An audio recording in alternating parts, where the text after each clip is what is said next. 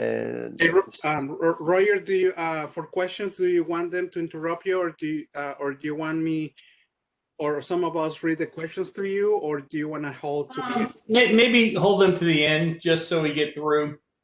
Got it. All right. Yeah, so everybody just know that just at the end we're gonna have the Q&A, and for the purposes of this recording, let me do a brief introduction. Again, this is me, Rod. I'm here with Marco, and we're happy to have you here. This is one of many special events that we're gonna do, and today we have the privilege of having Roger Grimes. Roger is very well known, and I mean, I cannot. It's a very long resume, but it's a spectacular, and we're all very excited and happy and thankful to have him in our group and speak today. And I'm sure he's got a lot of great stuff to talk about. So without further ado, I'm gonna give the floor to Roger Grimes. Cool. Let me try to share my screen. Let me set you as a presenter. And there you go. Oh. It took it away from, I was just getting ready to click on it and it took it away. Hold on one sec. Here we go. Yes. Okay. See my slides? Yes. Okay. So again, if you don't know me, I'm Roger Grimes. I've been doing computer security for 34 years, earned all these gray hairs. I've done a lot of things in life, including I've written 12 books and over now 1,100 magazine articles on computer security. I've been everything from a PC repair technician, network manager, VP of IT. Probably my favorite job was being a penetration tester. I love being a hacker. That's my favorite job of all. I've been a penetration tester over 20 years. Every place I was hired to hack into, I broke into in an hour or less, except for one place that took me 3 to 5 hours because it was the second time I was there. But on a scale of 1 to 10, I'm actually not that great of a hacker. I'm average. I'm a 5, a 6. You know, if 10's being the greatest, you know, I'm okay, but I'm not great. But I'm really good at defending against hacking. That's kind of my specialty. There's some of my books. The talk today, Hacking MFA, it actually, when I started giving this talk, it was because Kevin Mitnick, he's the chief hacking officer at my company, KnowBe4. He's also this, probably one of the most infamous hackers in the world. Back in the 80s, he was a mischievous hacker and phreaker and doing phone phreaking and stuff like that. And he got caught and arrested in the late 1980s, spent a couple of years in jail, came out, and he's been a good guy ever since. And I was very dubious of that. Matter of fact, people back in the day were like saying, free Kevin, free Kevin. I was like, no, put his ass in jail because I am not for illegal hacking. But he actually is a good guy. He turned, you know, he realized that he can make a better living being a penetration tester and white hat hacker, and he always says he gets the same thrill hacking as a white hat hacker as he did when he was a malicious hacker. He said, except for there's more paperwork now. But when I was at KnowBe4 early on, Kevin demonstrated a way to hack MFA that I'm going to show you in about 10 minutes. And when that was shown, we literally got like 1,000 media inquiries that wanted to know all about it, how it was done. And they asked me, Kevin couldn't answer all the questions, could I pick them up? Well, I've been hacking MFA at that time for 25, 30 years. I've been on dozens of projects, MFA projects, dozens of hacking MFA projects. I've hacked just about every type of MFA there is. And so I was glad to answer those questions, but I was shocked that so many people were surprised that you could hack MFA, because MFA has been hacked since the day MFA was released. And if the entire world went to MFA, it wouldn't stop hackers and malware. I mean, because they've been hacking around MFA for decades. So I ended up writing, I did a webinar, and in my 34 career, this webinar that I'm showing you right now today is that webinar. It is the most popular webinar I've ever taught in my 30 plus years. I taught it at Black Hat, I taught it at RSA, and it was to standing room only crowds, people waiting out in the hallway. I wrote a white paper, then an ebook, and then Wiley, who I've done a lot of books with, said, hey, would you write a book on? And I did. And the book has like 50 plus ways to hack MFA. I work for KnowBe4 right now. We're the world's largest security awareness training vendor. So, we help companies teach their employees how not to get phished or socially engineered. But, again, this whole thing's about MFA, or as much as I can cover. I'll probably cover somewhere between 12 to 18 ways to hack MFA over the next hour. And to kind of get into what, multi-factor authentication is, you're authenticating, you have these different types of authentication factors. They're traditionally known as three. Something you know, something you have, something you are. Something you know is like your password or your PIN, or maybe you're connecting dots on a screen to log in somewhere. Something you have, that would be like a USB token, smart card, something like that. Something you are typically is biometrics, and those biometrics can be different fingerprints, are probably the most common one. Probably handprint geometry for logging into time clocks is pretty popular. Retina scans are up there. I even once was on a U.S. Army project. This is probably in the 90s. So I'm trying to identify people by the way they smelled. And it was interesting. We could identify different people based upon how they smelled, but then we found that if they drank alcohol or ate garlic, it overrode the sensors. Everybody that drinks and eats garlic apparently smells a lot alike, so that didn't work out as being super accurate. But I've been around MFA for decades. I've been hacking MFA and for a long time. But besides those three factors today, those traditional three factors, there's other factors we have today called contextual, behavioral, or your location. Like, are you logging in from a device that's previously been logged in before? Is it a device that you registered? Are you coming from a place that you normally log in from? Are you doing the things you normally do? Or even behavioral analytics. There's a whole kind of biometrics field called keystroke dynamics. It actually measures how long it takes you to put in your password, and it measures each keystroke, each downstroke and upstroke, and together they can fairly accurately determine, is it you typing in your password or not. Matter of fact, when I worked at Microsoft for Hotmail and whatever they're calling it these days, we had over 100 factors that we looked at why someone was logging in to determine whether or not they were the person they said they were. Were they coming in with the same browser or the same combination of browser and, operating system and things like that. And if somebody tried to log in from, let's say, Texas, and an hour later they're logging in from China, we went, that's probably unlikely. So you can really have lots of different factors out there. There's three, there's one factor, two factor, three factor, but really you'll hear about 7-factor solutions and things like that. So single factor is like, that's traditionally like a login name and password, or the password is the secret you type in, but it could be like a lot of FIDO keys. You just plug them into the USB slot and they're single factor, meaning that having possession of the FIDO key is enough to have your identity. Sometimes maybe they make you push a button and they call that 2-factor, but I still think that's kind of 1-factor. But you can, so you have 2-factor, multi-factor. Multi-factor could be 2-factor or more. And again, many times you hear about these 5 and 7 factors. Usually it's just that they're using contextual, behavioral things in it, like your device is a factor. What device are you coming from? The same cell phone, the same laptop? And when you have all these different factors, the idea is that as you have more factors, you want them to be different factors. You don't want it to be 2 of the same factor. You don't want it to be 2 things Like if they're like, put in the password and put in a PIN. Well, those are 2 things that a phishing person, a scammer could trick you out of. But if you have to provide a PIN or a password and a dongle or a FIDO key, it's tougher for the attacker to learn both or get access to both. So all things considered equal, you want to have different types of factors when you're doing multi-factor authentication. Also, I'm going to show you a lot of ways you can hack MFA, but just know that MFA is a good thing, and we all should try to use MFA when we can. Even though it's easy to hack and easy to get around in a lot of cases, we should strive to use it where we can. Unfortunately, MFA doesn't work. Well, that kind of went out here. Let's see what happened. Do y'all still see my screen? No. No. No, it got unshared for some reason. Let me see what's going on. I did something wrong. Computers will drive you nuts.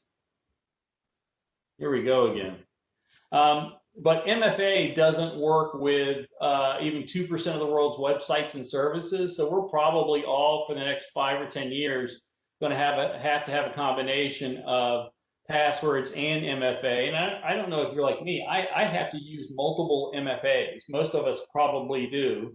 You may have one for work, you may have one for your bank, you may have another one when you go to some other website, but that's kind of the reality of today, is that we're all have a combination of passwords and multiple MFAs. But MFA is a good thing. So some people have to see this talk like, I'm never using MFA, it's too easy to hack. It's a good thing, and it typically, MFA significantly decreases some forms of hacking, and for that alone it should be used. It just isn't unhackable. And I've met a lot of people that when they use MFA, they think like, I'm a lot harder to hack. But in 90% of the cases, I can send you a phishing email, and if I get you to click on the link, I can get around your MFA. And I'll show you one of those ways in just a minute. So that's really what I'm trying to teach here, is that everything's hackable, and MFA isn't any different.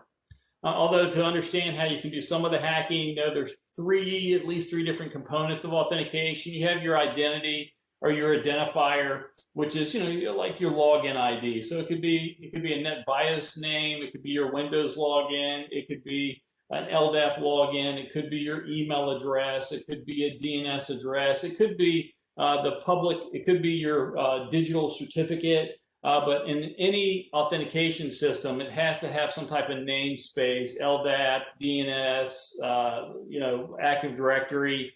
And then your account has to be linked to a unique identity within that namespace. You can't have no two people can have the same login name, let's say like within the same Active Directory forest. And then you type in or somehow provide your identity, and then you have to prove that you have ownership of that identity by providing one or more factors of authentication. And if you successfully provide those, then you get authenticated.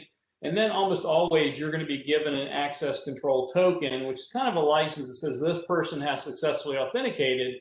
And then behind the scenes, whenever your identity goes to access something, instead of having to relog into that system, it uses this access control token. That access control token has your identity in it. It may have, in Windows, your access control token has like your groups and your privileges and things like that. And then when you go to access a protected object, that access control token is evaluated by the security manager to see, are you allowed to access this protected resource? And if you are, with what permissions or privileges.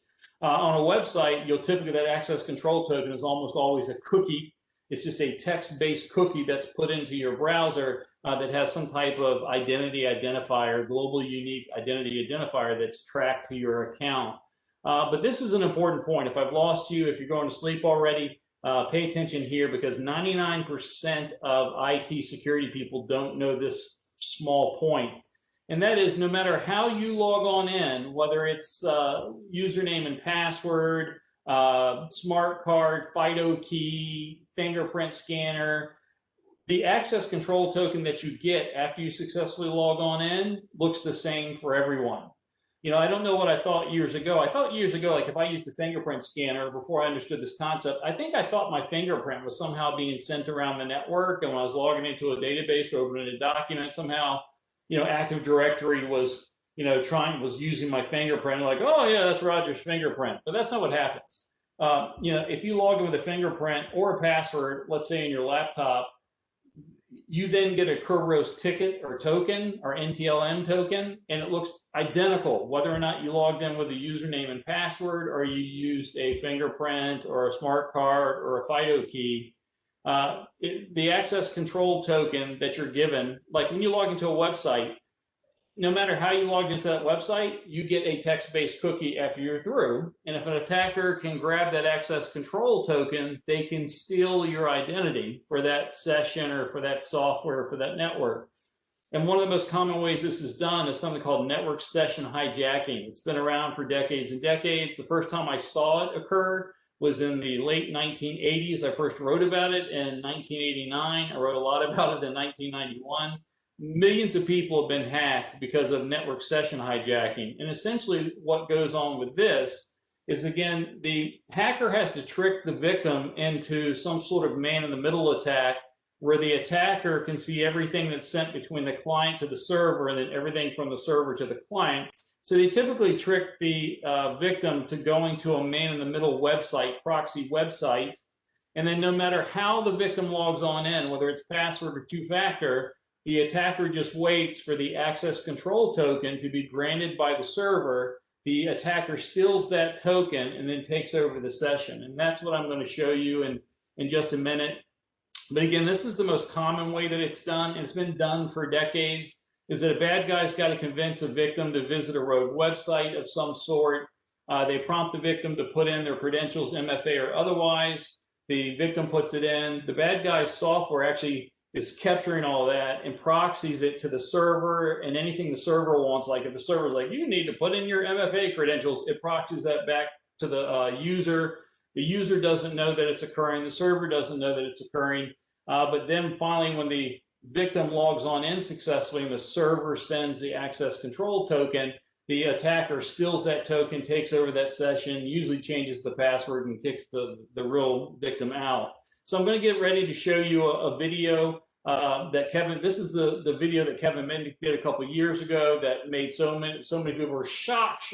They couldn't believe how easy it was. And they wanted to know if it was on LinkedIn, whether Microsoft and LinkedIn were going to fix it. And they were all upset when I told them no, they weren't going to fix it, weren't going to be able to fix it because it's just not the way that sort of MFA worked. It wasn't a bug. It's just a way that you can get around that type of MFA, and there was no bug to fix it. It was as designed. So I'm going to show you that video here. So I'm going to unshare this. Let me get my, I'm going to stop sharing this and share something else. Let's see, stop sharing, stand by, then I'm going to share the video, and then we'll come back.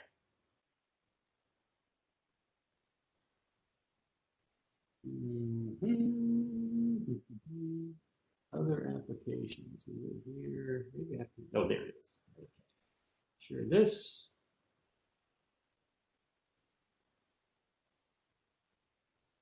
Okay, and then I should be able to play. Let me know if you can see this video and hear Kevin talking.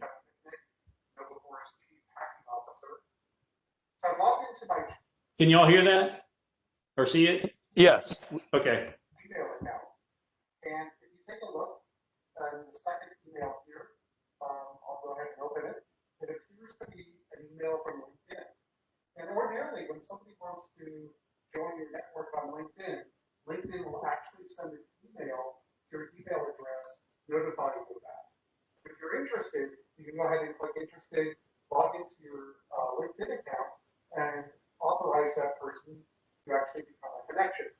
So we take a look here, we have an email from LinkedIn that says, Kevin, I've read about your adventures and Ghosts in the Wires and so on, and this person wants to join my network.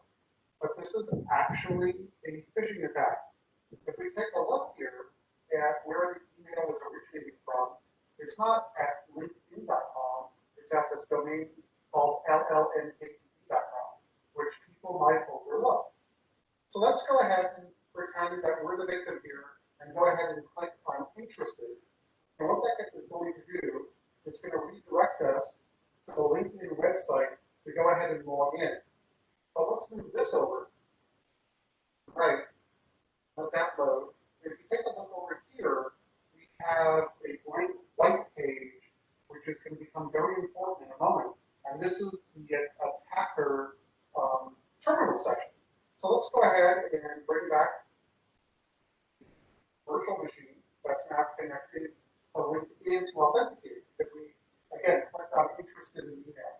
So we'll go ahead and put in the username, Johnny Boy, and security.com. Now we're going to go ahead and put in our secret password. And now we're going to go ahead and click sign in. When we click sign in, it's not going to allow us to log in. What LinkedIn is going to do is request our two-factor authentication code that LinkedIn is going to actually send to my mobile phone. And in a moment, you should hear a sound that the text message was received on my mobile phone. So let's go ahead and click sign in. And here we go. It's telling us that two-step authentication. is enabled. We just heard a message come into my mobile device. We're going to uncheck this box that says recognize this device in the future. And I'm going to open my mobile device to take a look and see what the text message is, or what the code is, rather. So the code here is 421 476.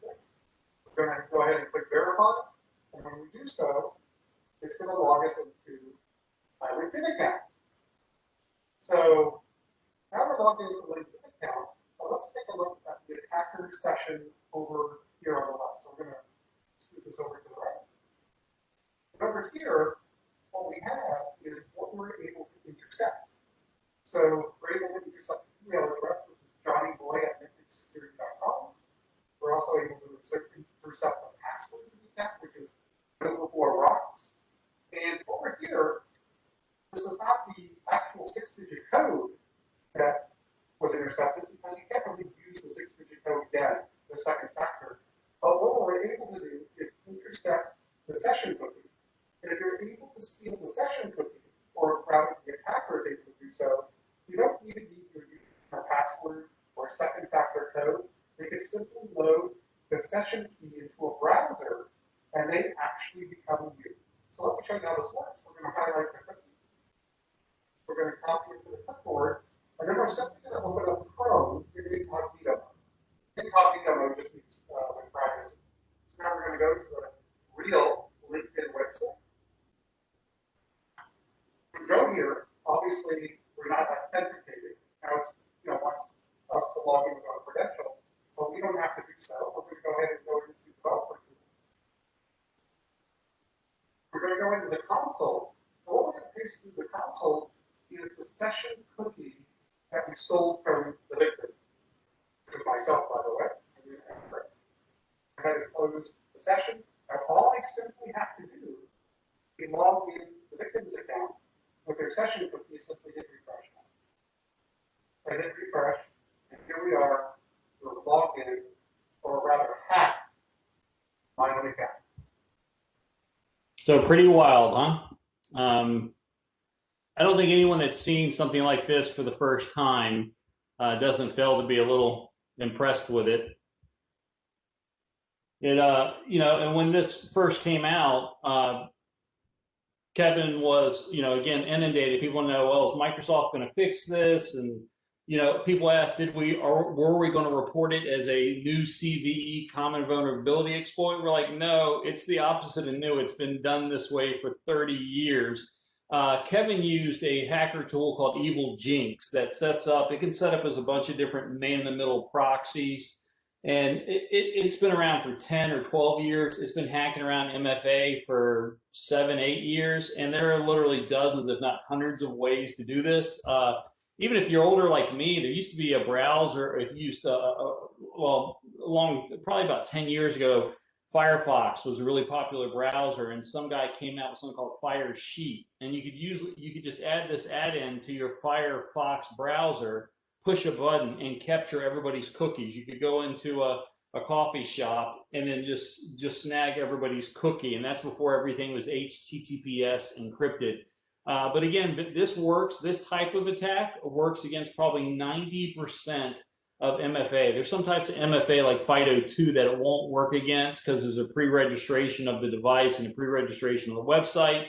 But most of your time-based one-time passwords and Google Authenticator and Microsoft Authenticator and LinkedIn and all that stuff, they're all subject to this sort of attack.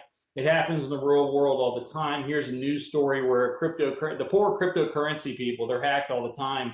But this guy got tricked into going to a fake Binance website. Binance is like Coinbase. It allows you to buy and sell and trade cryptocurrencies.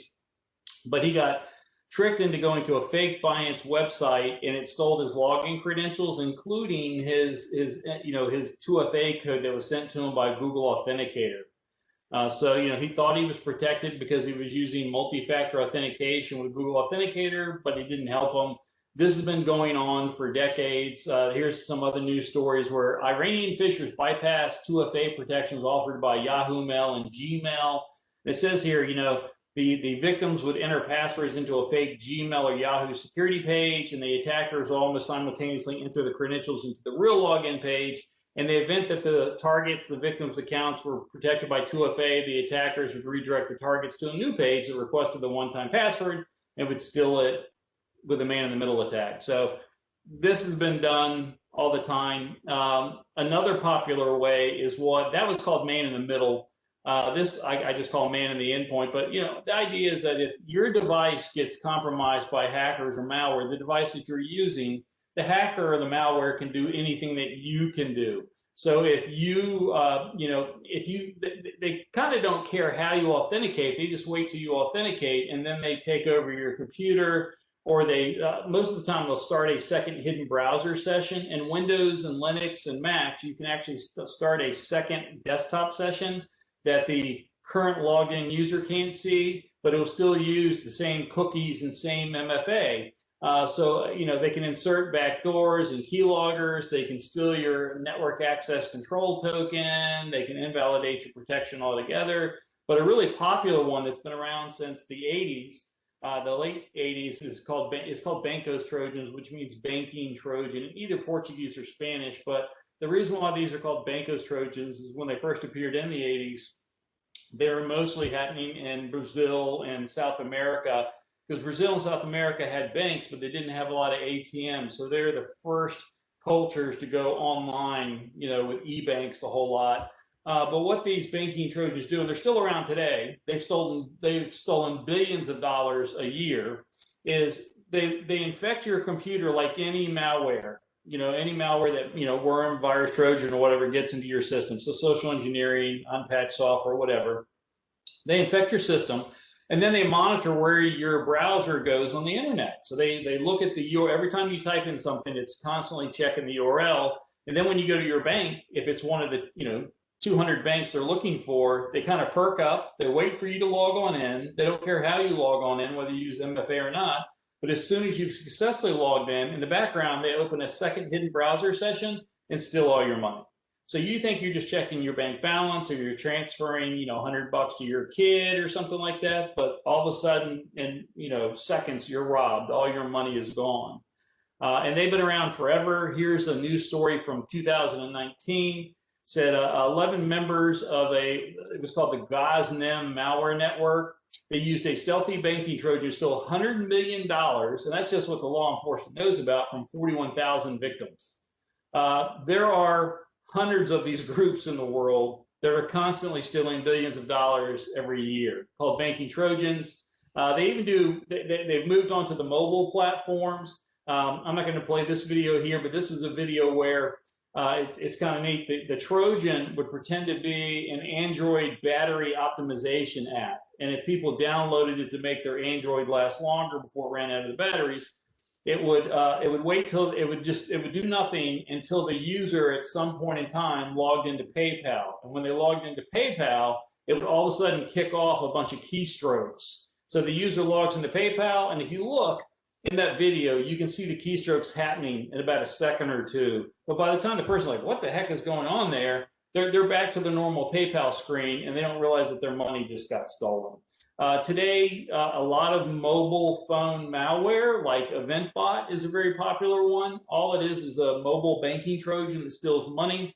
EventBot targets users of over 200 different financial institutions like PayPal, Barclays, Capital One, what do you have in your wallet? HSBC and Coinbase and all that sort of stuff.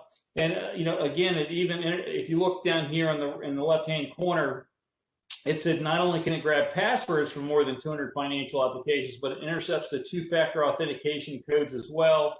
EventBot was posing as a flash update. So the user would go to a website they go to all the time. It's like, oh, you need a flash update. And if they installed that, it would install this EventBot Trojan and steal their information. It can even read their SMS messages in case it's SMS-based MFA. So very common. Speaking of that, any SMS, short messaging service based, the most common MFA on the internet today is probably SMS based. We're all used to getting those codes from our vendors. Here's a selection of codes I'm getting from my Marriott, from Facebook, from Office 365, and the bottom left, Bank of America. They send you these codes that you have to type into your browser or whatever. What's amazing about these things is that your phone, SMS, the most authentication it can ever have is that it's tied to a phone number.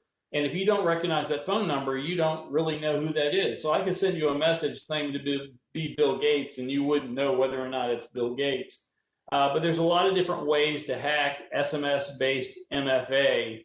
One of the most common ways is something called SIM swap. SIM stands for Subscriber Identity Module. Used to be all the cell phones came with this little micro SD chip, and if you're older like me, that chip would be behind your battery in your phone, and if you want to remove it, you had to remove your battery and you get to that chip. And then they started making a little SIM storage slot on the phone. If you had to knock it out, you had to get a paper clip.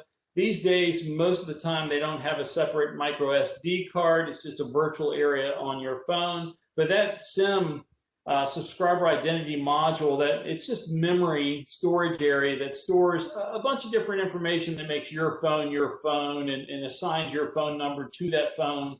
That subscriber identity module has a global unique identifier for your phone, so no matter where it goes in the world, it can be tracked and used, and phone number sent to it. It's got your phone number, it's got your name.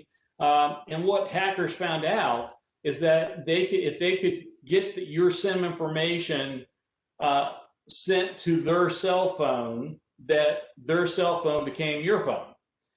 So that all that happens when they get that information sent is your cell phone stops working, and most people don't realize that it's occurred because all of it is that it's silent. All of a sudden, they're not getting messages, they're not getting phone calls. If they look, maybe they'll see an out-of-network message, and they're like, why is my phone out of message? And a lot of people probably think, oh, I must be in a bad area, and it probably takes some hours to figure out what's going on. They call their cell phone company, eventually using somebody else's phone, and the cell phone company's like, oh, Mr. Grimes, you transferred your SIM information to your new phone. You're like, what new phone? And it's because you've been SIM swapped attacked. A lot of times, the hackers involved with this will pre-text you, and they'll scam you. They either call you or email you claiming to be your cell phone company, get your login name and or password out. Then they'll call your cell phone company later on, claim to be you, that you've got a new cell phone because your cell phone got destroyed, but they've fished out of you enough information that they can log in, they can convince the cell phone company that they are you and get that information, the SIM information swapped to the new cell phone. Or they actually have, it's pretty common for them to have insiders that they'll pay 50 or 75 bucks. They'll call them and go, hey, I need you to do a SIM swap on this number. And the person inside the company just does it. It happens all the time. I don't know how often, hundreds, thousands of times a day. It's abused so badly, the US government in 2017, so 4 years ago, and something called the NIST, National Institute Standards of Technology Digital Identity Guidelines. It's NIST Special Publication 800-63. It's the US government's proclamation on what people should use for computer authentication. They said don't use SMS-based MFA. It can be faked, it can be stolen, it can be misdirected, and it's so weak. Because remember, at most, SMS is being tracked to a phone number, and I can get your phone number moved to any phone. It's really not that secure. And it's been used to steal hundreds of millions of dollars. That top one there, the smartphone crypto hack, one cryptocurrency guy lost $24 million. I think he sued AT&T for $121 million. I need to look up and see if they settled that out of court or not. Even like Rededit's admin people for Rededit, love Rededit, ask me anything. Rededit's guys, their admins used SMS-based MFA, but one of them got SIM swapped attacked, and then he lost that, he got SIM swap attacked, and then the bad guys logged in as admin, reset everybody else's account, installed malware, stole customer information. It's a big deal. SIM swapping attacks, even if you look at the bottom left, this advertisement here, it says, California authorities say a 20-year-old college student hijacked more than 40 phone numbers and stole $5 million, right? Teenagers or near teenagers stealing this sort of stuff. So I tell people, don't use SMS-based applications, MFA applications, if you can avoid it. Here's the problem. It is the most popular type of MFA on the internet today. and you usually don't have a choice whether or not you're going to use it. The company or the vendor or the software product that you're dealing with is like, hey, we're sending you an SMS-based, MFA message, and you don't get to choose whether you use it or not. Or even if you decide not to use it, somebody else, the attacker, could fake being you, put your account in account recovery mode, and have that sent to you. As a matter of fact, this is called SMS rogue recovery, where all the attacker has to do is have your email address and phone number to some type of to an email account or login account that can be in recovery mode and send an SMS message. And they can fake being that person. Like in this example here, the attacker fakes from being from Google Security. They're like, we're from Google Security. We have detected a rogue sign-in to your good guy Gmail account. In order to determine a legitimate login, we're going to send a verification code to your previously registered phone number from another Google support number. Please retype the sent verification code in response to this message, or your account will be permanently locked. Got to threaten people and let them know their account's going away forever. Then the attacker just tries to log in, goes to Gmail, tries to log in using your email address, tells Gmail, oh, I forgot my password. Gmail's nice. So, hey, you want to try your last password? And if you say no, I want to try another way, it'll ask you, which of the 5 ways do you want to try? One of the ways that you can recover your account is, so even if you didn't want to use SMS-based recovery, the hacker can use. You cannot turn that off as a method of recovery. It's just one of the 5 that Google allows. And then they send you a code. And if you don't know, this is a real Google verification code. If you're the victim and you type this in response, the attacker takes that in, uses that for account recovery, and your account is no longer your account. This happens, again, probably thousands of times a day. Just know phones in general are really poor authenticators. I can make my phone call your phone and use a fake phone number appearing to be anybody else's phone number. I can claim to be anybody. A lot of scams today, like, hi, Mr. Grimes, we're from your bank. Did you buy 2 plane tickets from Dallas, Texas to Nigeria? Well, Mr. Grimes, we didn't think you did. And we want to let you know we stopped those charges. But we see there's $50,000 of other charges over the last 2 days, and we just need to find out which ones are your charges. And then the victim or whatever is panicking. They said, don't worry, Mr. Grimes, you're a valuable customer. We're going to protect you. We need to know your login name and password. Okay, thank you. And now we're going to send you a code, and we need you to tell us the code so you can prove you are who you say you are. And then they just reset the person's account. The person tells them the code over the phone, and it's game over. This happens, again, hundreds to thousands of times a day. They claim to be from your bank or your hotel company or your airline company. And you can't trust who somebody is on the phone if you don't recognize their voice. And these days with deep fakes, you never know. But this is really, this particular news story here was this a lawyer that protected hackers, or he represents hackers, trying to stop hackers from going to jail.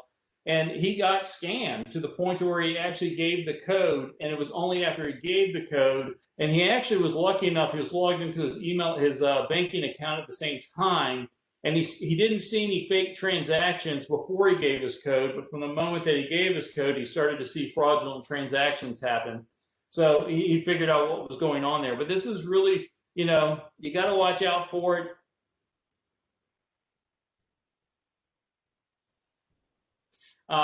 Be worried, you can't trust messages on Instagram or PayPal or whatever, where they're, hey, we think someone's trying to log into your account, sign in here.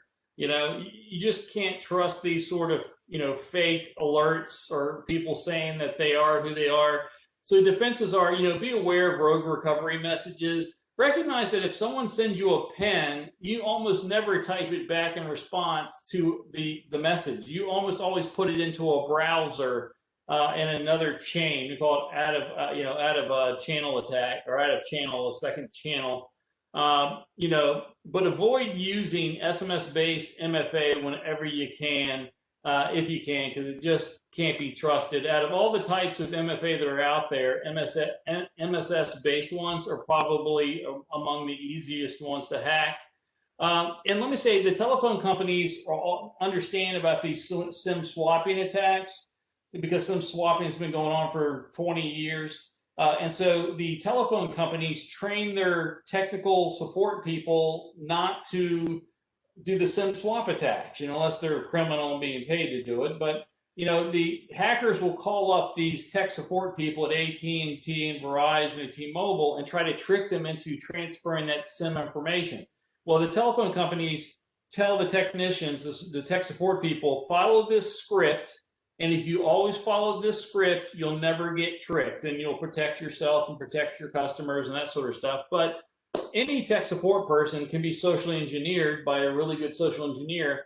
They'll call up, they'll claim to be the customer, that there's some big stressful event going on, and then get them to do something for them. Again, I don't have time to play this clip either, but I'm going to give you all my slides when I'm through, so you can go look at these links. But this particular YouTube video is a great one to watch, because a reporter went to, it wasn't Black Hat, it was DEF CON. He went to DEF CON and he talked to a female social engineer, and he said, hey, I've been having a lot of hacking on my cell phone lately. So I told my cell phone company, we created this new PIN number that they're not allowed to do a SIM swap or do anything unless they know this secret PIN number. I want to see if you can socially engineer my telephone company into giving you control of my phone account. So he gave her, she told him the name of his cell phone company, which I think was AT&T, and his phone number.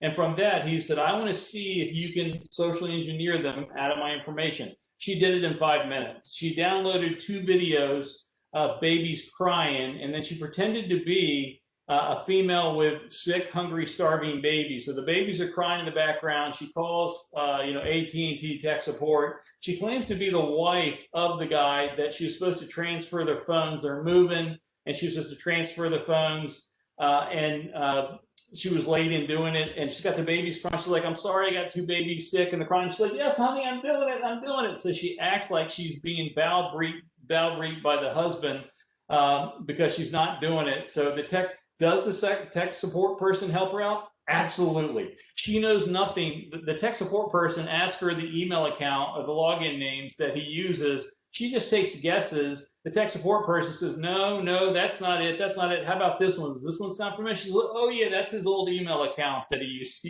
use. She goes, do you know the password? She's like, no, I can't remember. Honey, I'm trying to get it done. I promise I'm trying to get it done.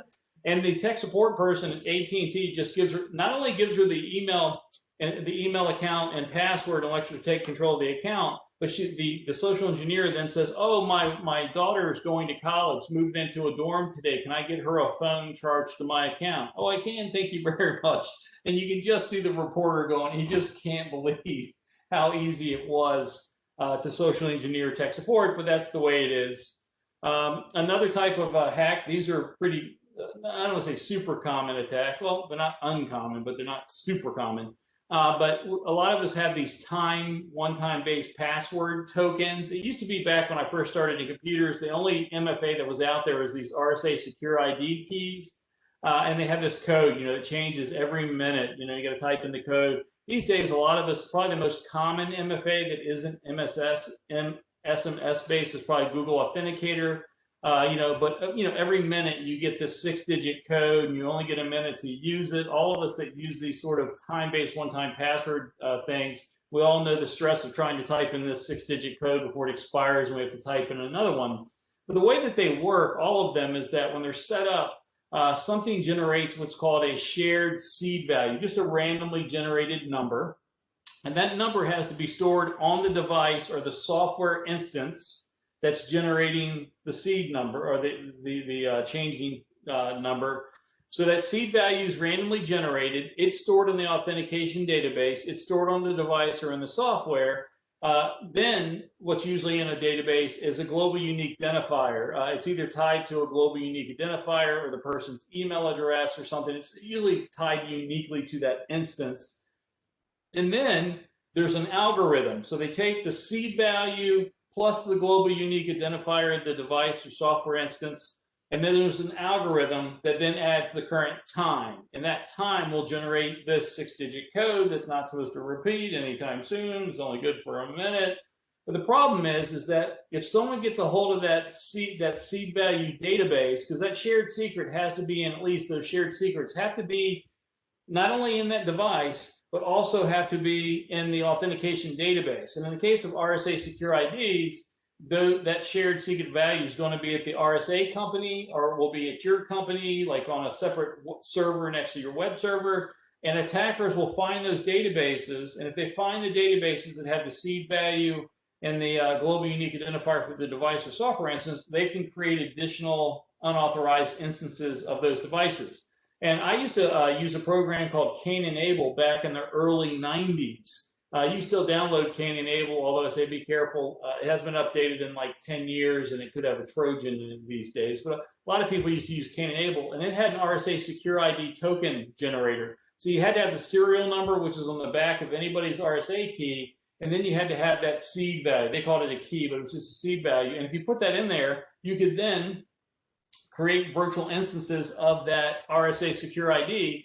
And this was actually done in a real world attack. Chinese advanced persistent threat broke into RSA. They broke into RSA using social engineering. They sent emails to a bunch of employees that had Microsoft Word and Excel documents that had macros in them. And I was at Microsoft at the time. And it's funny, the employees, in order for the employees to be compromised, they had to say, run this malicious code, run this. They got 3 prompts that said, be careful, this could be malicious. Are you sure you want to run it? And they did.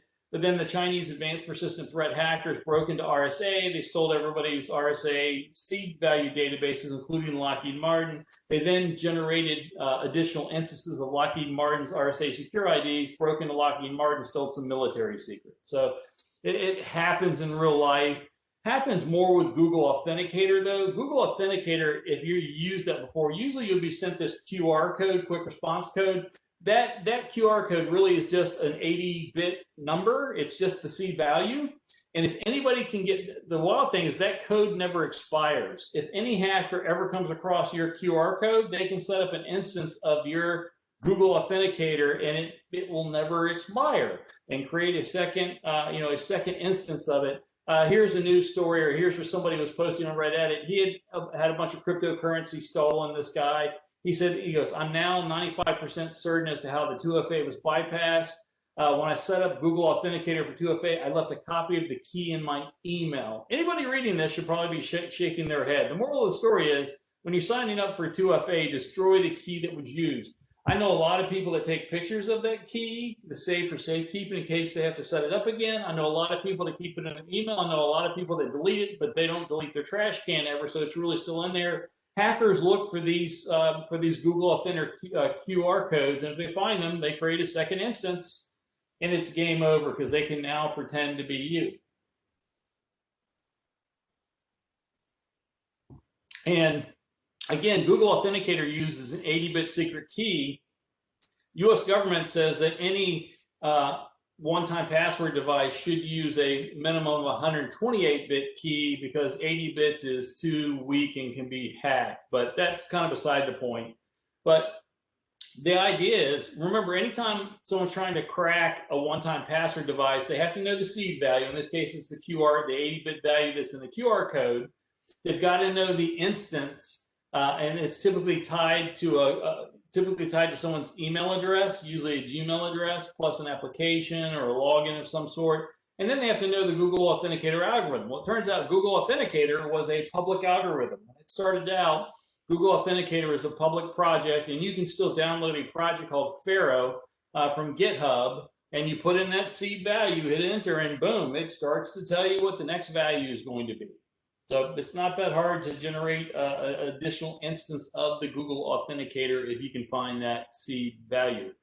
And there's actually many more attacks against Google Authenticator.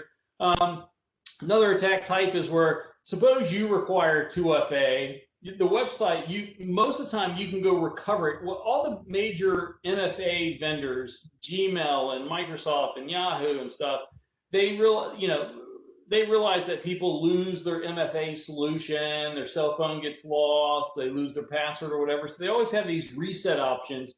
Almost all of these reset options are not MFA. So you can actually require MFA, but then someone can go in and reset your account and tell it to send it to your alternate email account. Most of us are used to this, where you can have this recovery email or recovery phone. And if it's in a recovery email, a lot of times hackers will hack that alternate email account that you don't use a whole lot, then put your main account in recovery mode and get it that way. or the absolute worst recovery method is known as personal knowledge questions, or I call them password reset questions. But those are where you're resetting your passwords. Like, okay, you must tell us what your mother's maiden name is. Whoever thought your mother's maiden name was a secret, right? Like anybody can look that up. Or, what's your favorite vet? If I know where you live, I can probably do a search and find the 3 closest vets to you and put in one of those vets, and it's probably going to be your favorite vet. Or what's your favorite car? Well, your password could be a trillion different things that I would never guess. But your favorite car? There's only 100 different car models in the world at any given time. They don't change that much decade or year to year, even decade to decade. And most people's favorite car is probably not going to be an AMC Gremlin or Pacer. It's probably going to be a Mustang or Lamborghini, something, a Maserati, or a Lexus or something like that. I bet I can guess most people's favorite car within 10 guesses. And I'm not an uber hacker, but what Google actually did a white paper called Secret Lies in Account Recovery from the use of personal knowledge questions at Google. And what they found is that some recovery questions can be guessed on the first try 20% of the time. So 1 out of 5 questions can be guessed on the first try by a hacker. 40% of the time, people are unable to successfully recall their own recovery answers. I don't know what that means to you, except for maybe if you can't remember your answer, you should call a hacker. That's what I think. 16%, 1 out of 6 of the answers could be found in a person's social media profile. These personal knowledge questions are used to take over people's accounts all the time. Probably the most well-known attack was against Sarah Palin when she was running with John McCain against Biden and Obama. It's amazing. Biden's back in office. But there was a college kid of a Democratic representative, and he hacked Sarah Palin's Yahoo account, stole her emails, and put them on 4chan or 8chan. He got arrested and went to jail. But when they asked him how he did it, he said, I put her account in account recovery mode, and it asked 3 questions. One was where she'd met her husband, which was high school. The other one was where she went to high school. It was Wasilla, Alaska. There's only one high school in Wasilla, Alaska. And the last question was what zip code she lived in. It turns out there's only 2 zip codes in Wasilla, Alaska. So he answered the 3 questions. He said it took him about an hour on Google to find the answers, and then he took over her account and her emails. And it's again. So what are the defenses? When you're asked to put in the answers to these things, this is not Jeopardy. They'll put in the real answers. When they go, what is your mother's maiden name? Pizza, pizza. What's your father's middle name? Pizza, pizza. What's your favorite car? Pizza, pizza. Don't put in the real answer. You should put in really a different answer. You should treat them like passwords, but don't put in the real. You're crazy if you put in the real answers to what is your high school mascot? Mine was the Kellum Knights. Somebody can look that up, but they're not going to be able to guess pizza, pizza, pizza, VGAD. So when I have to fill these out, I actually put nonsense answers in them. They don't know that you're lying to them. Most of the time, you've got to put different answers in each one of these. The bad thing is I have to write them down. I have to write down what the secret question was and what my fake answer was. And I put it into a password manager. It's not thrilling, but that's what I do. But you should not put the real, what's your father's birthday? Is there somebody that can't go on a genealogy website and find that information? It's just crazy. Biometrics. I'm not a big fan of biometrics when they're used as single factors, which they are most of the time. They're not that accurate at all. The most biometrics are hideously inaccurate. But my biggest problem with them is that once they're stolen for life. Like I was part of, if you look at the bottom of the screen there, my password, my fingerprints, all 10 of my fingerprints were stolen by a Chinese APT attack against the United States government in June 2015. They stole the fingerprints of everybody that had ever applied for a U.S. government security clearance, which I had done through Microsoft. My wife had her fingerprints stolen, even though the only time she had her fingerprint applied for a security clearance is when she was a teenager back in the 80s working for a shipyard. But if you applied for a government security clearance and they had your fingerprints on file, the Chinese APT got that. Obama eventually asked the current president of China, as a matter of fact, I forget how you say that, but he asked for the database back, and China gave the database back. What are the odds are they didn't make a copy? Like literally anything that relies upon my fingerprint, how can they trust that it really is me? And let me say, biometrics are stolen all the time. Here's a breach from 2019 where a top 50 biometric app had 1 million fingerprints breached. Some white hat hackers told them, reported, hey, your website will allow anybody to download anybody's fingerprints. That company would not respond to them and did not fix the problem for weeks. Never responded to the company, to the white hat hackers that told them that. And this happens all the time.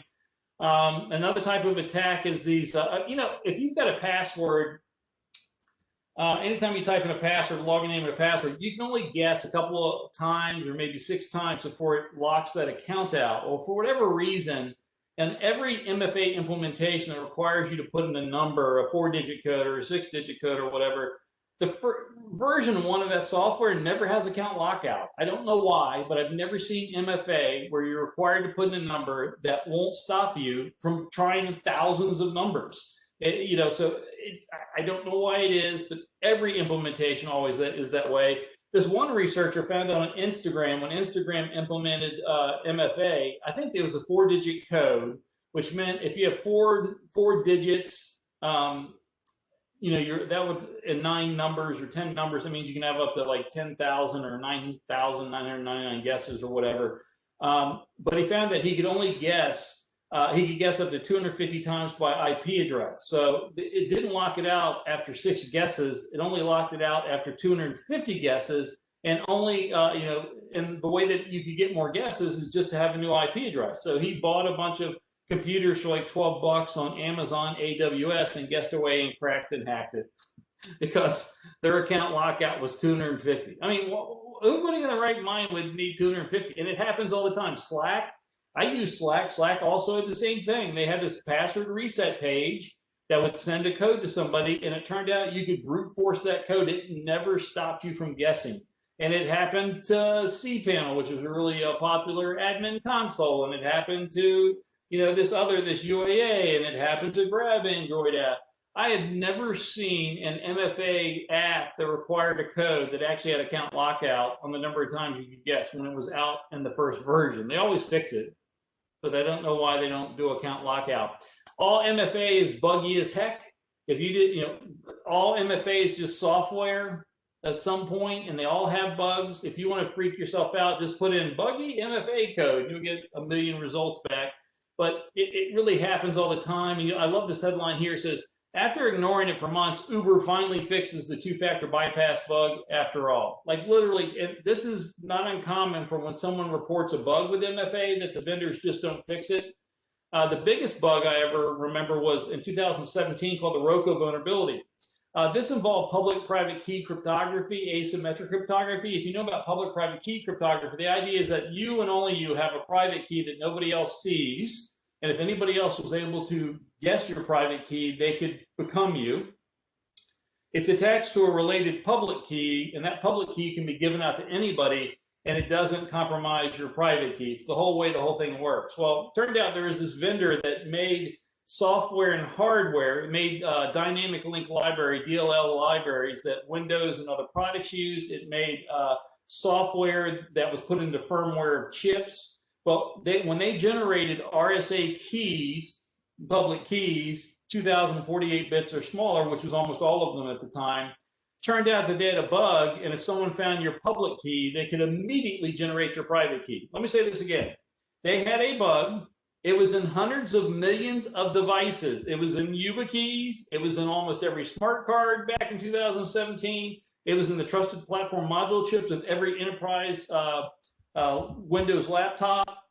That if an attacker was able to see your public key, they could immediately generate your private key. And it literally overnight made hundreds of millions of devices with no protection. And these, for a long time, these devices with these flawed keys were out there. Most of them have expired now, but there's still tens to hundreds of millions of these devices out there. It's amazing. Just know on biometric attacks, I've been on at least a dozen projects to hack fingerprints and retina scans and stuff like that. I haven't done hand fingerprint geometry. The Computer Chaos Club in Germany did that one, but when you're asked to fake fingerprints, most of the time it's not hard at all. Like in every project I've ever been on, the projects are assigned to go on for 2 weeks, 6 weeks, something like that. We've never not broken in the fingerprint using the first thing we tried on the first day. I faked fingerprints with Play-Doh. I've faked fingerprints with glue. I faked fingerprints with all kinds of materials. My favorite though is one project, we had a bunch of those flat scanners. You know, that's where you kind of like usually use for building entry, where you just put your fingerprint across it, not the swipe scanner, but where you place your finger. We found out that we could spray fingerprint spray dust, and it would raise the oil and make it so that we then could log in as that fingerprint. So we just went up to any fingerprint scanner, sprayed it with fingerprint dust, and it would log in as that fingerprint. And even worse, some of them we could just go to the fingerprint and go, just huff wet air on it, and it would activate the oils of the last fingerprint and log us in as that person. You know, the vendors always go, oh, you can't fake them, you can't fake it, you can't fake our fingerprints, you can't fake our facial scans. There's always some kid the next day on YouTube faking that biometric thing for like $2. Like here's where facial recognition doesn't work as intended on 42 of 110 tested smartphones. You don't have to worry, it was only Lenovo, LG, Nokia, and Samsung. You know, and then iPhones are not in that list, but iPhones, can you fake fingerprints on iPhones? Yes, yes. And face scans and all that stuff, they can all be fake. Last two things I'll talk about here, because I know I'm running out of time here, is if your secret encryption key is stored on a chip, you can actually get an electron microscope. A brand new electron microscope costs about $1 million. You can buy one on the internet for about $5,000. And if that secret key is on a chip, like the Trusted Platform Module chip is on Windows laptops, you can actually use an electron microscope with open source software. There's open source software you can download that will look in the chip, find the TPM key, and tell you how to unlock the TPM chip. You know, they literally, these electron microscopes find the secret keys looking at the molecular level. So anytime you have an encryption product, the secret key has to be stored somewhere, in memory, on disk, somewhere. An electron microscope can get it. If you can't afford $5,000 or $6,000 for an electron microscope, can you afford $8? Because for $8, you can actually get a can of a duster air. And this attack called the cold boot attack, you can look this up. I've actually seen this done in real life. Is that what they found out is that you can go up to someone's laptop that is locked, that's encrypted with like BitLocker or something, open up the memory compartment where the memory chips are, spray that area for a minute with this duster air. And what it will do is make those chips very cold. It gets them nice and frosty. You can remove those memory chips, put them in another computer, and find the secret keys. It's called, you can take a look, cold boot attack. It's been done against all kinds of, it works against any encryption product where the entire secret key is stored in memory or on disk, and it's not a split key type thing. It works against Apple, works against Linux, works against Windows, and it just takes $8 of canned air, and you download open source software. So the thing I want you to remember is just MFA isn't unhackable. It doesn't prevent phishing or social engineering from being successful. MFA is good though. Everybody should use it when they can, but it's not unbreakable. If you use MFA, you just need to be aware of the types of attacks that could get around your MFA or be successful against your MFA, and so on. But with that said, I know I'm running out of time here, but I'd love to take some questions from you on that. Well, thank you. Yeah. Thank you for that presentation. That was pretty amazing. Let's go ahead and let's start looking at, so it says here, to avoid an MFA attack, would shortening sessions, I guess the timeout, help? Yeah, I mean, it's going to help a little bit, but so I can hack any MFA solution at least 3 to 5 ways. I can hack most of them 10+ ways. So for, you know, you can just hack them. I mean, you can just hack them in different ways. But shortening the session key will help. But I mean, they can automate it. A lot of the attacks automate the MFA attack, so it happens in a second or two, and then they change your email address, change your password, and things like that. So, you know, you really can't make the session so short that they wouldn't be able to accomplish what they wanted to do. You know, you'd want to look at something else to try to be more protective. Like, again, I'm a big fan of FIDO2, because FIDO2 says that the device that's used, it generates a separate public-private key, that then is attached to a website, and it won't work with the man-in-the-middle site. So for 90% of MFA, Google Authenticator, Windows Authenticator, RSA, a lot of products you could trick with the man-in-the-middle attack. FIDO doesn't, because it registers both sides and it won't work. It won't be registered with a man-in-the-middle site, so it just doesn't work. So I love FIDO 2, but I can hack FIDO 2 a bunch of different ways as well. Great. What is your opinion of the Titan keys? The ones that are FIDO 2 are good. They're good. I mean, again, and there's Titan keys and there's Google Titan keys, but they're typically like FIDO based or one-time based. Best. They're actually a pretty good solution. Are they unhackable? No, not by any means. But they're good. On the standard of things, I would say Titan's above average about what I would like. But it's even like the FIDO keys. There's FIDO and FIDO 2 and YubiKeys. YubiKeys and Titan keys kind of fight it out sometimes. There's lots of hacks against YubiKeys, and a lot of those attacks would have been successful against the Titan keys, except for Titan came out later. But you know for sure. And I think in the book, I do include an attack against Titan in the book. It's been patched now. But, everything gets bugs. Everything can be hacked. But I like them above average. Great. Any other question? Okay, I'll ask another question. Do you think that zero trust is good to mitigate this type of attacks, or? Yeah, I talk about that in my book. What's interesting is I actually take the most secure MFA device known on the planet, which is a Bloomberg device. It's like this 5-factor device, and I hack it in the book. And then I say, what would it take to secure something? And I actually secure online voting from home. It's actually one of the chapters. Let's take the most difficult scenario in the world and secure it. But I'm sorry, what was your question again? I lost myself. What was that question again? If zero trust, like so I finished the book with, what's the future of authentication? And it's closer to what zero trust looks like. It's kind of, and zero trust, first of all, people use it just as a catchword, kind of like when they call something quantum. People love to call things zero trust that aren't zero trust, and it's quantum, it's not quantum.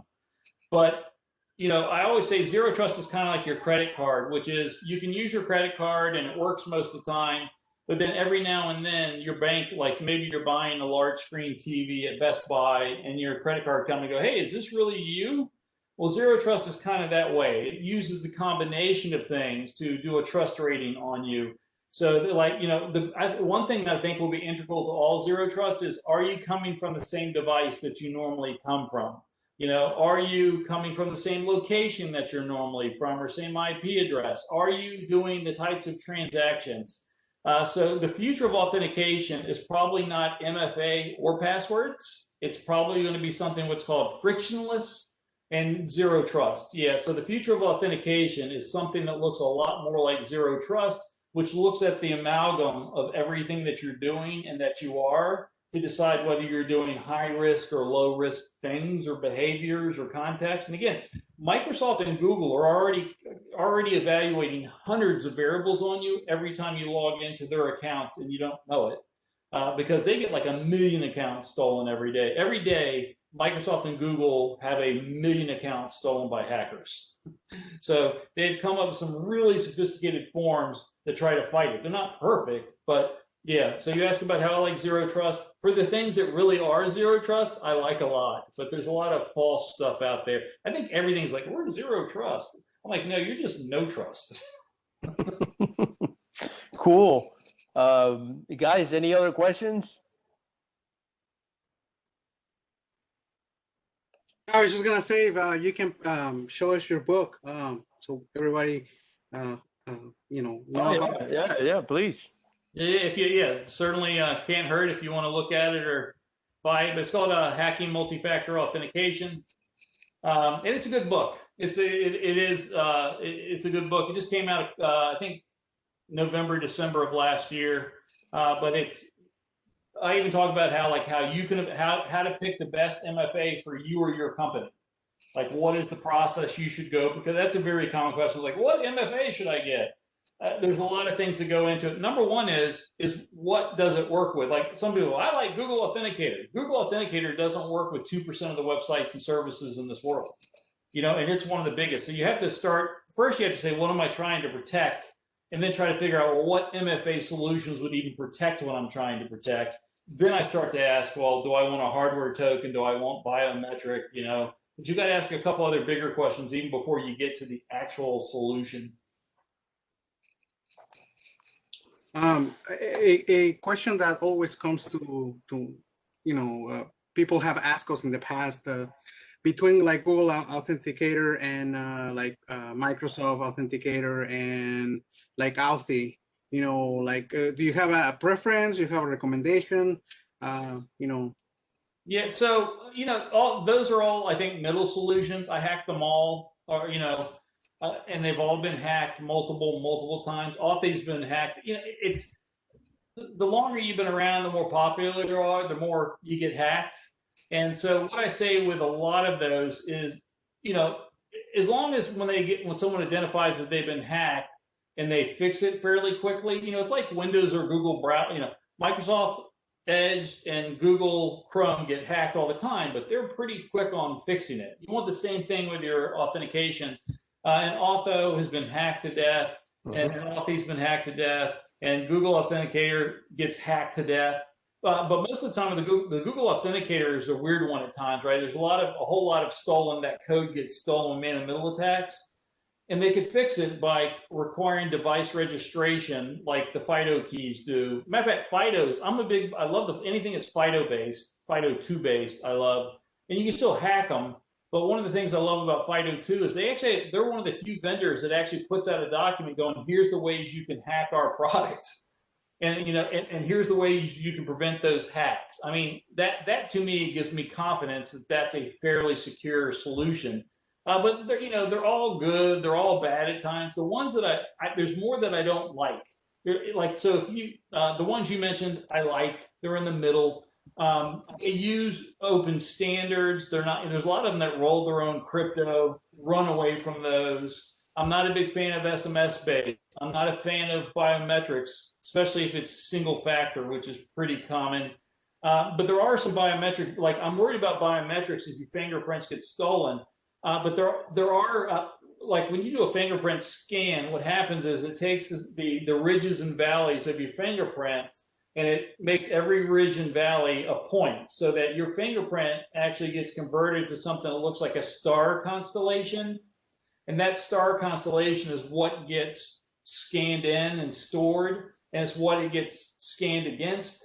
And your fingerprints cannot be superly accurately read because every day you're getting micro abrasions. So most fingerprint scanners are capable of doing far more detailed scanning, but they can't do the scanning that detailed, so they actually intentionally detune them so that star constellation essentially gets to look like a lot of other people's star constellation. At my company at KnowBe4, when I first joined and I put my fingerprint in, we only had 400 or 500 employees at the time, and my fingerprint already matched somebody else's fingerprint. Well, when I looked at that person's fingerprint, it didn't look anything like my fingerprint. It's just that our star constellation, when they detuned it, just happened to match. And if you talk to anybody that's done 100,000 people for biometrics, not only there are people that just can't use the biometrics. Like even at KnowBe4, we had 1,000 employees. There was a girl that every day her fingerprint would not match. It just wouldn't match. And we don't know why. She wasn't a drummer. She didn't mess with paints and clays and sandpaper for a living. And if you talk to someone that's done really big biometric projects, there's always people that just don't work. Their retina scan doesn't work. Their hand point, you have to make exceptions for them. So my thing is use a company that's been around a while. All the ones you just said have been around for a while, that try to fix the bugs, that try to do so. But let me say this. Like the big cryptocurrency people, they've been robbed so many times. A lot of my cryptocurrency friends went back to login name and password. They're like, literally, if I have a login name and password for Coinbase, And if I don't, I will never, ever get tricked to giving it out. And if I do that, I'm not going to be hacked. But their MFA solution was hacked over and over and over and over again. So a lot of the big cryptocurrency guys have like stopped using MFA. So, you know, that's kind of the problem, is that MFA is not the be all end all. You know, it's good, but you probably don't want to completely trust all your gold to an MFA solution. Yeah, somebody's asking about the YubiKey. What's your opinion on the YubiKey? The YubiKey? Again, I like them. They get hacked a lot of different ways. But if they support FIDO2, I like them. They're good, but they're hacked like anybody else. But if you tell me you've got a YubiKey, especially a newer one, because their older ones got hacked, they even had the Roku vulnerability impacted a lot of the version 1 YubiKeys. I like YubiKeys, although I don't like the single factor ones. So there's a lot of YubiKeys where you just plug them in, or you plug them in and push a button. Those are horrible. That means that if you lose that YubiKey, anybody that picks it up becomes you. There's actually, and I recount this in the book, there was a Harvard study where they did YubiKeys. And they had 100 people, and they sent them some instructions of how to use the YubiKeys to log into Gmail. Something like 40 or 50% of the people used them wrong.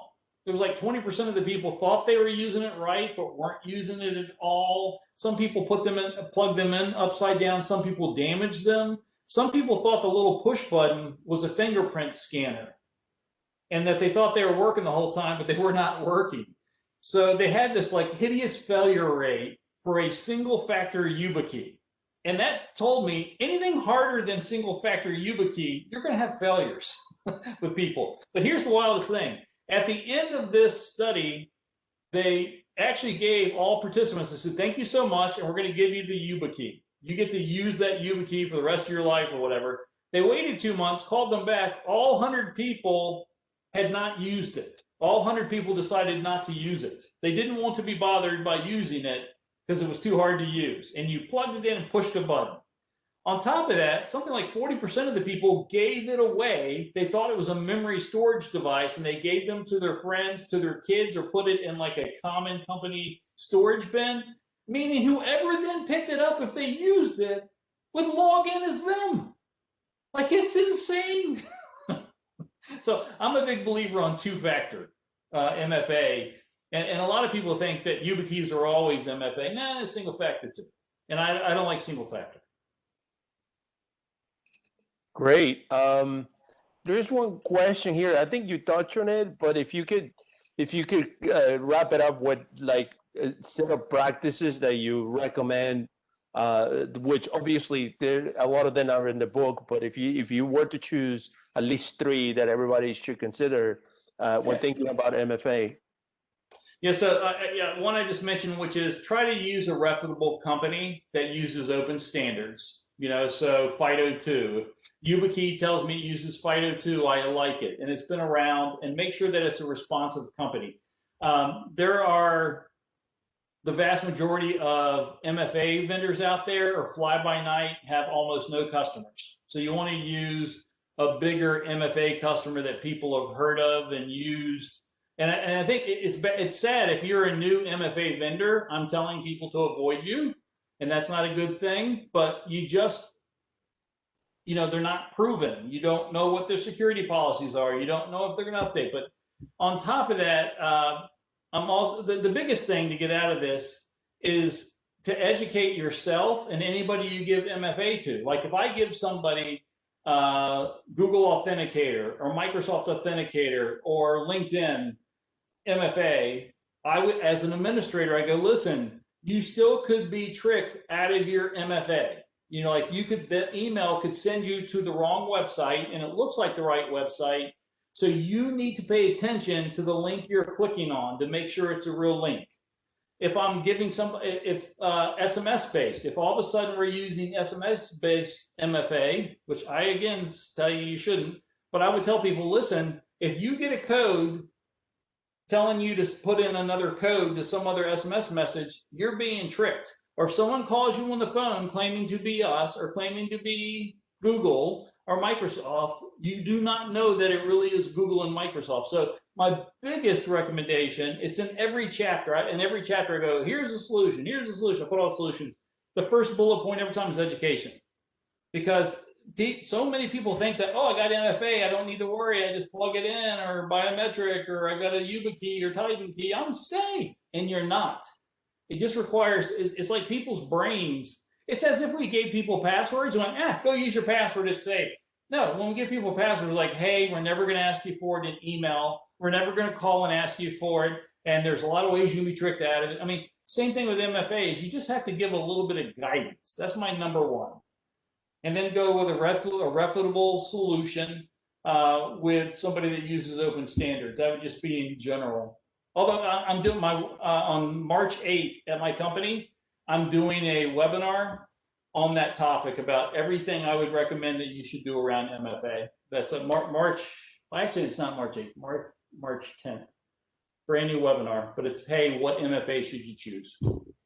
Great. If you can actually put the slide again so everybody knows where to find you and where to follow you. And thank you very much for the presentation. This has been amazing. Thank you everybody for attending. And if there are no more questions, then I guess we'll see you guys soon. And thanks again, Roger. It's been a pleasure having you. Y'all are great. And also, if you can, before you leave, can you put the webinar link for your presentation on March 8th? And I think people will like it as well. So. Yeah, I actually don't have that link yet to the March 8th, but I'll try to remember to resend it when I get it. I'm just finishing up the slides this weekend, actually. Oh, gotcha. Okay. Well, all right. Thank you very much. Bye, Thanks, everybody. Bye. Bye, everyone.